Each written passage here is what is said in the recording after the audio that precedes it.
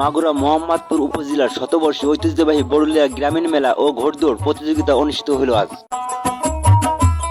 সোমবার 12 জানুয়ারি বালিদা ইউনিয়নের বরুলিয়া গ্রামে আয়োজিত এই মেলাকে কেন্দ্র করে উৎসবমুখর পরিবেশে মেতে ওঠে আশপাশের কয়েকটি জেলার সর্বস্তরের মানুষ।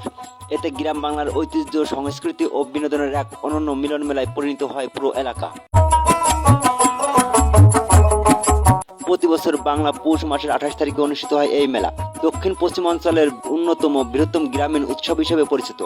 মূল মেলার দিন ছাড়াও এর আগে ও পরে অত্যন্ত 15 দিন ধরে চলে নানা আয়োজন। এই সময় দূর দূরান্ত থেকে আত্মীয় স্বজনের আগমনে গ্রামগুলো হয়ে ওঠে উৎসব মুখর।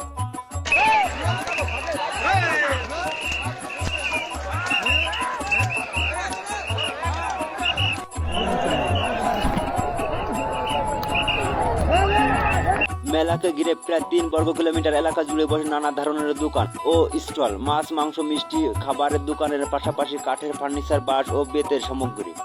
আমি ফরিদপুর থেকে এই বরুলিয়া মেলাতে এসেছি। এই বরুলিয়া মেলায় ঘোড়াদৌড় হয়। এই ঘোড়াদৌড় মেলা এটা অনেক আগে থেকে হয়ে আসছে। আমি যখন ছোট থেকে এই মেলাটা হয়। আমি ছোট থেকে এই মেলাটায় প্রতি বছরই আমি আসি। এই মেলাটা আমার কাছে খুবই ভালো লাগে।